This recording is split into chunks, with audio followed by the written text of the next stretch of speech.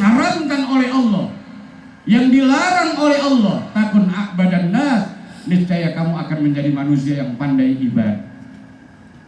Jadi jangan sampai kita membawa harta, kalau kita seorang suami, dari luar harta yang haram, harta yang dilarang, uang dari hasil yang haram.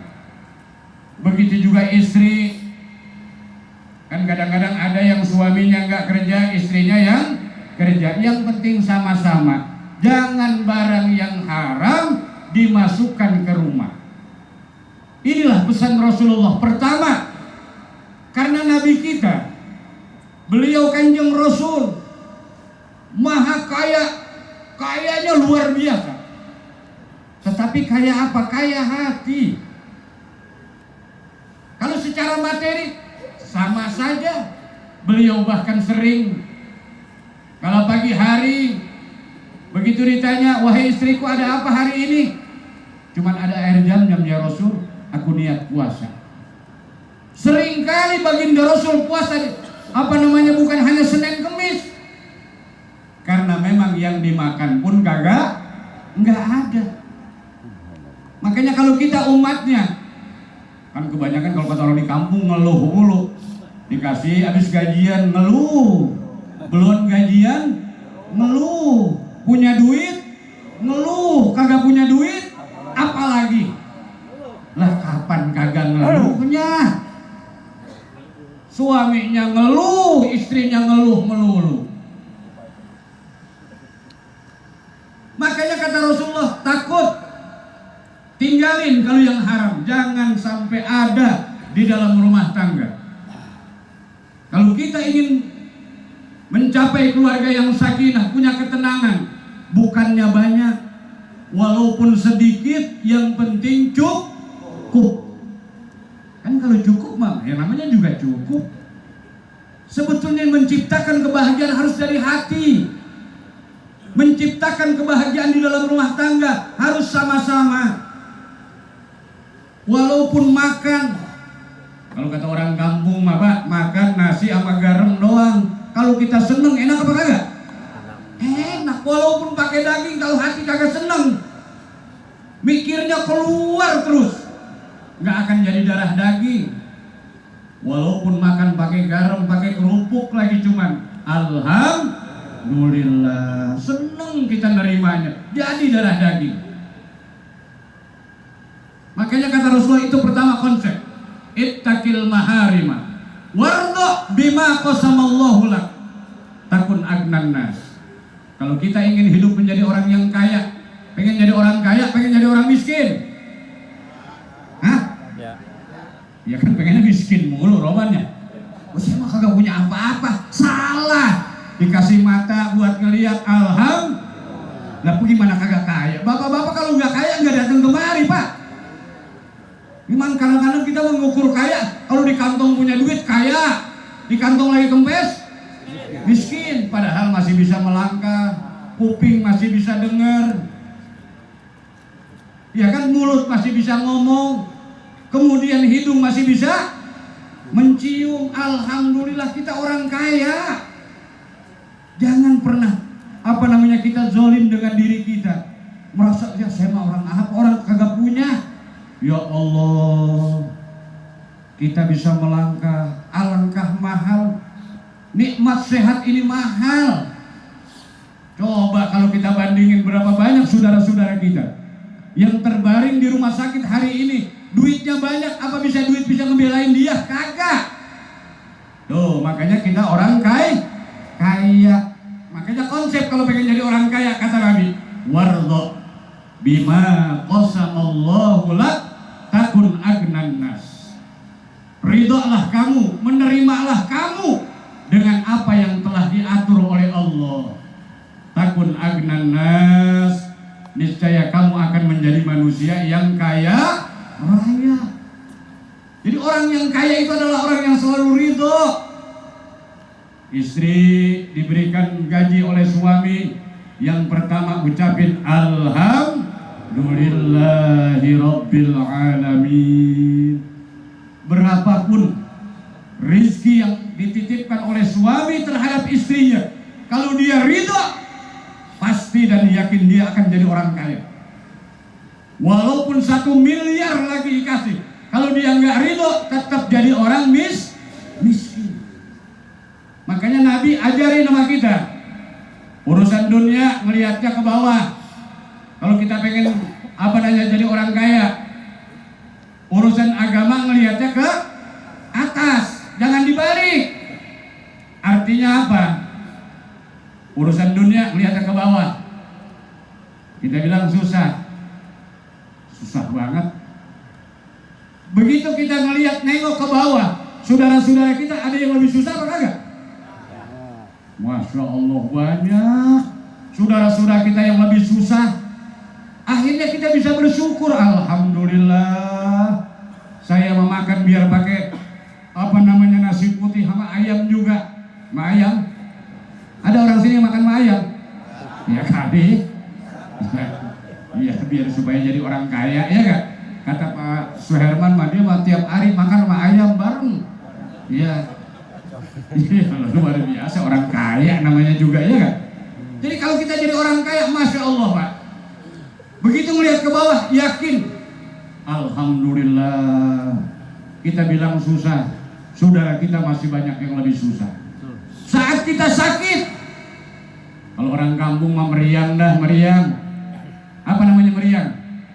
Panas, dingin, jadi sedang, ya gak? Ya sedang sebetulnya kalau meriang mah. Orang ada panas, ada dingin. Kita meriang udah sehari semalam.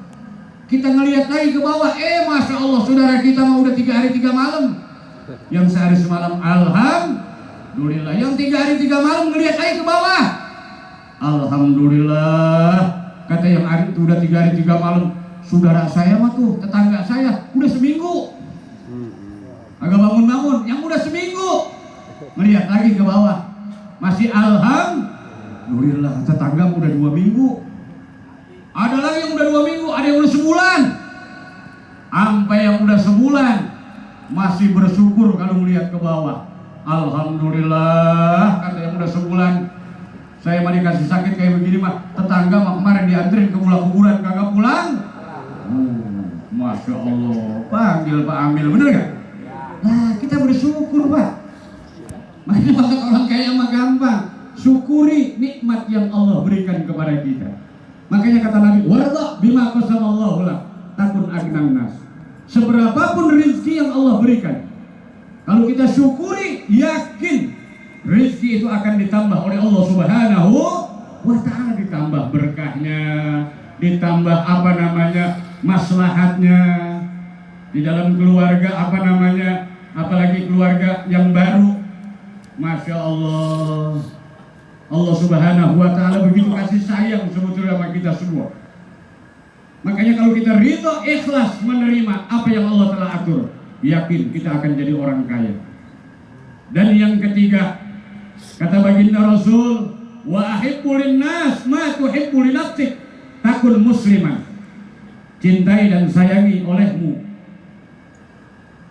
terhadap saudara-saudaramu, sesama umat muslimin. Kita mesti saling cinta, saling sayang sebagaimana kita cinta dan sayang dengan diri kita.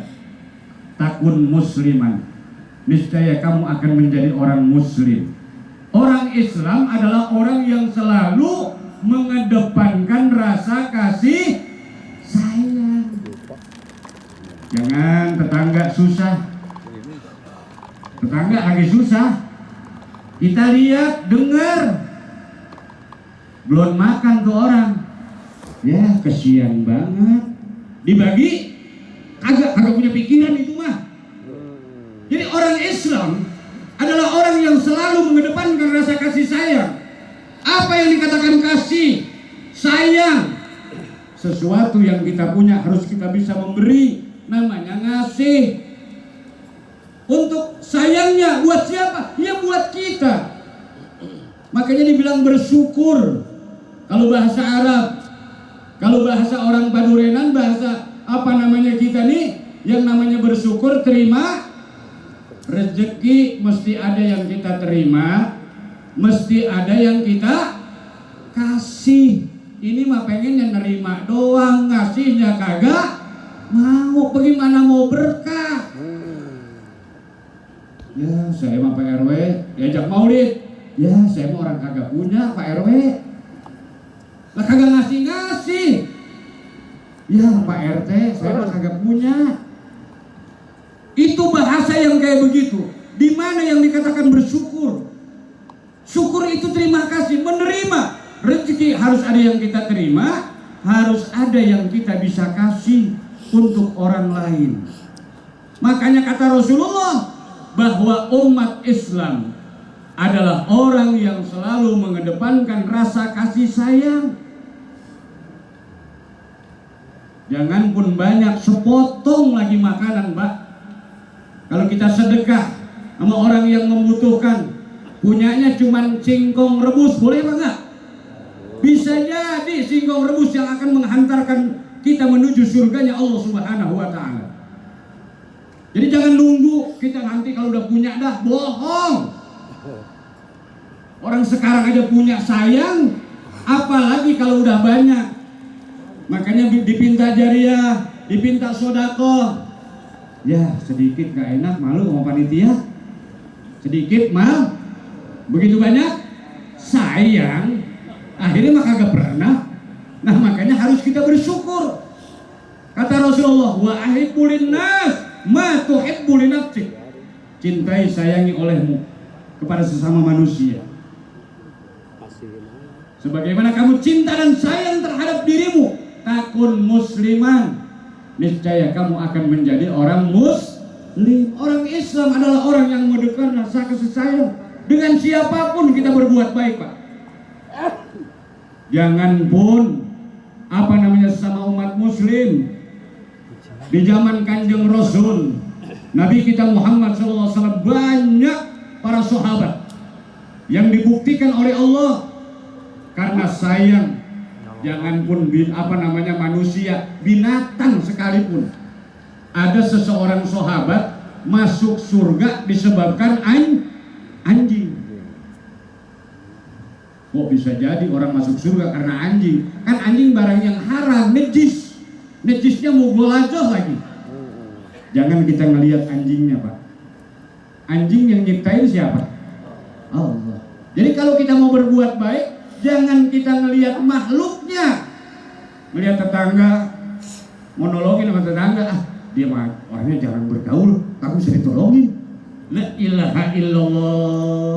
Apalagi dia mau jarang ibadah. Kayak kita udah ahli buat ibadah. Jangan. Rasulullah, sahabat masuk surga disebabkan anjing.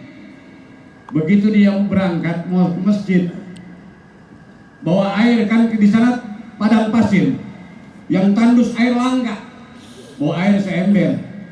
Di tengah jalan ada anjing, muter aja tuh anjing karena kehausan, nggak ada air buat minum.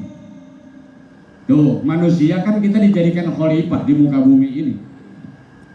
Artinya khalifah apa sih? Pemimpin yang tertinggi.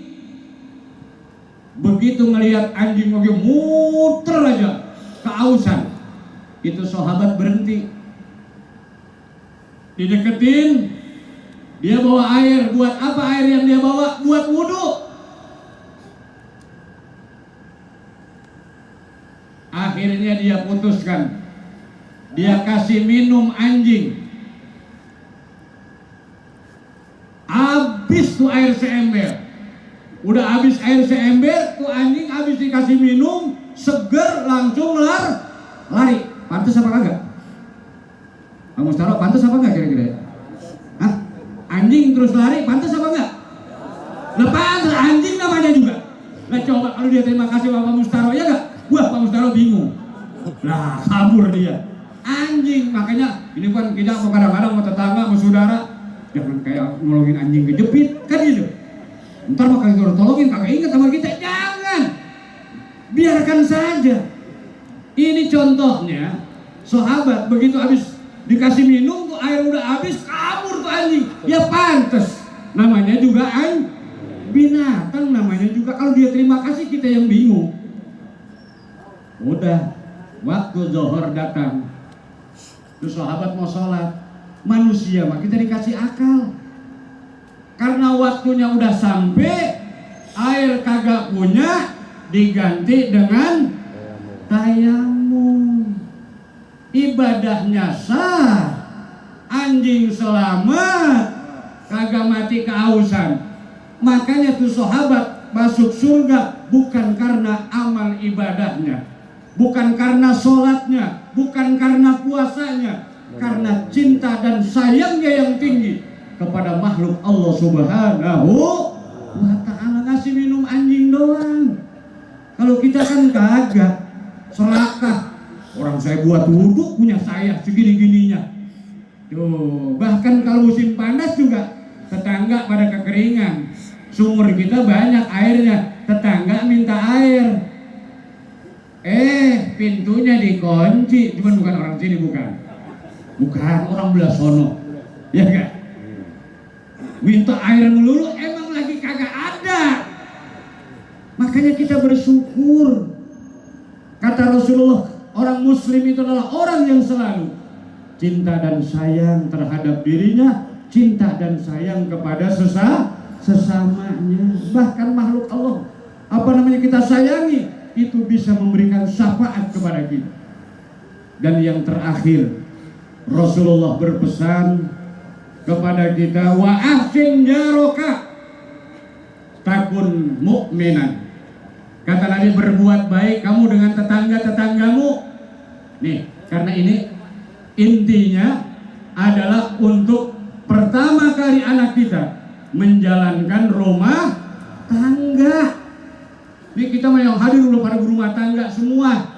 Ini anak-anak kita yang dikatakan rumah tangga, pada punya rumah, pada suatu saat kita doain mudah-mudahan kebeli rumah, kemudian punya tetangga. Makanya kata Nabi, wa ahsin jaroka, berbuat baik kamu dengan tetangga-tetanggamu. Jangan sama tetangga satu dengan yang lain kagak pada akur. Yang satu ngalor, yang satu ngidul, maka ketemu. Kenapa kita harus berbuat baik dengan tetangga? Bertetangga itu ada 3 macam, Pak. Ada kalanya bertetangga, ada 3 hak tetangga. Kalau memang dekat sama kita namanya tetangga, hak tetangganya harus kita hormati. Yang kedua, di samping tetangga, saudara lagi.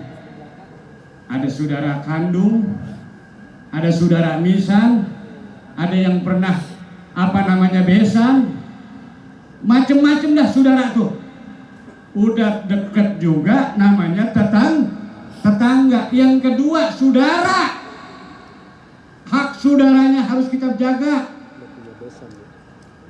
Udah yang ketiga, lihat latar belakang agamanya. Alhamdulillah, sama-sama umat muslim, sama-sama umat Islam.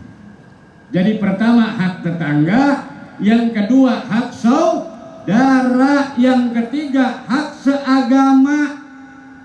Yang kata Nabi, al-muslimu akhul muslim. Orang Islam satu dengan yang lain adalah saudara yang tidak bisa dipisahkan dengan apapun. Ini bukan kadang-kadang kalau kita mah sableng, begitu marah pokoknya putus tali persaudaraan. Waduh, luar biasa. Iya kan? Yang mau mutusin siapa?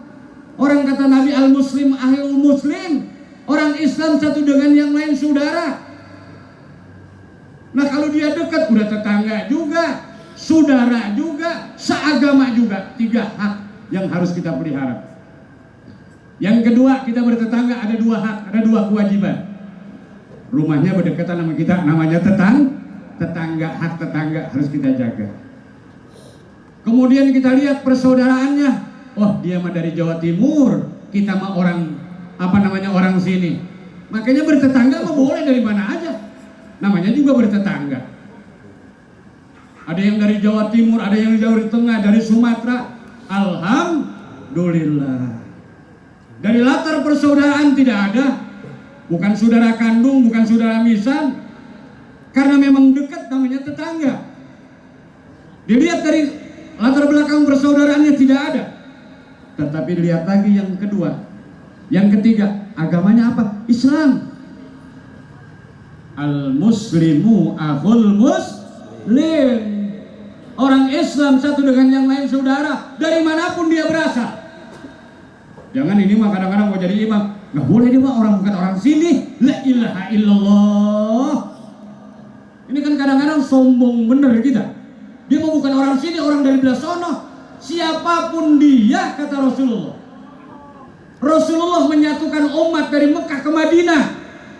Orang Madinah tidak merasa saya orang Madinah, tidak. Ini Islam dibawa oleh Kanjeng Rasul dengan penuh bijaksana. Kadang-kadang kita umatnya kurang bijaksana. Oh, dia mau orang mana-mana, jangan jadi imam, jangan jadi pemimpin. Salah. Dia punya hak. Pertama, dekat dengan kita namanya tetangga. Yang kedua, dia sesama umat muslim, itu adalah saudara kita yang tidak bisa dipisahkan dengan apapun. Jadi ada dua kewajiban. Yang ketiga, bertetangga ada satu hak, ada satu kewajiban. Mana yang satu kewajiban? Rumahnya dekat dengan kita, namanya tetangga. Sebab apa kata Nabi? La yu'minu ahadukum hatta ya'mana jarahu min lisanihi wa yadihi. Tidak termasuk orang itu beriman kepada Allah dan Rasul sebelum tetangga-tetangganya aman dari gangguan tangan dan lidahnya. Tidak saling menghujat, tidak saling menghina dengan tetangga, tidak saling mengejek, tidak saling ngejelek-jelekin sama tetangga. Tuh kata Nabi, jangan. Karena tidak termasuk orang itu beriman kepada Allah dan Rasul sebelum tetangga-tetangganya aman dari gangguan tangan dan lidahnya. Dekat sama kita tetangga namanya. Dilihat latar belakang persaudaraan, enggak ada saudara sepupu, bukan. Saudara misan juga bukan. Tapi dekat sama kita tetangga kita. Dilihat lagi latar belakang agamanya, beda. Dia bukan orang Islam, tetapi dia dekat sama kita, namanya tetangga. Jangan begitu umat Islam. Kalau lebaran haji potong apa namanya? Korban, ya gak?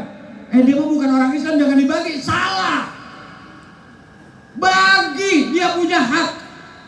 Bisa jadi nanti dia menuntut kepada Allah Subhanahu wa Ta'ala karena kita telantarkan haknya. Ini yang kadang-kadang salah kaprah kita di dalam beragama. Begitu kalau kita dibagi diambil, pas begitu kita ngebagi kagak mau dengan alasan dia mah katanya bukan orang Islam. Lah emang yang dibagi siapa? Semua tetangga-tetangga yang dekat dulu. Karena kita hidup bermasyarakat, makhluk sosial yang harus kita pikirkan. Kita nggak bisa hidup sendiri-sendiri. Bapak-bapak lagi senang banget nih, kayak model Pak Suherman. Saya mah nggak butuh tetangga. Tawa sendirian, gimana kira-kira? Nah, tawa sendirian error. Apalagi kalau nangis sendirian mah, ya gak? Nah makanya kita manusia makhluk sosial. Di dalam segala hal Rasulullah, Nabi kita Muhammad SAW sudah ajarkan cara bertetangga sedemikian. Jangan sampai kita korbankan. Karena apa? Mereka punya hak bertetangga kepada kita meskipun beda agama. Urusan agama, lakum dinukum waliyadin, masing-masing urusan agama mah. Tetapi kalau urusan bertetangga, urusan kita bermasyarakat, gotong royong, saling tolong menolong, kewajiban di antara kita tetangga dengan tetangga. Contohnya kalau kita sakit, jangan kita sombong. Wah, saya mah saudara saya banyak di mana-mana. Saudara kita banyak di mana? Kalau kita sakit siapa dulu kira-kira? Nah tetangga, makanya mesti akur. Rukun tetangga, ada RT. Makanya kalau kita punya apa-apa jangan lupa sama RT, iya nggak? Iya, sama Pak Amil jangan lupa sama Pak Amil. Pak Amil orang sakti. Di mana-mana kalau ada Pak Amil datang orang meninggal, Pak Amil hidup, benar? Iya, Pak Amil hidup. Lah kalau Pak Amilnya meninggal juga mah repot. Ya, makanya sampai di sini saya mohon maaf. Billahi taufiq wal hidayah. Wassalamualaikum warahmatullahi wabarakatuh.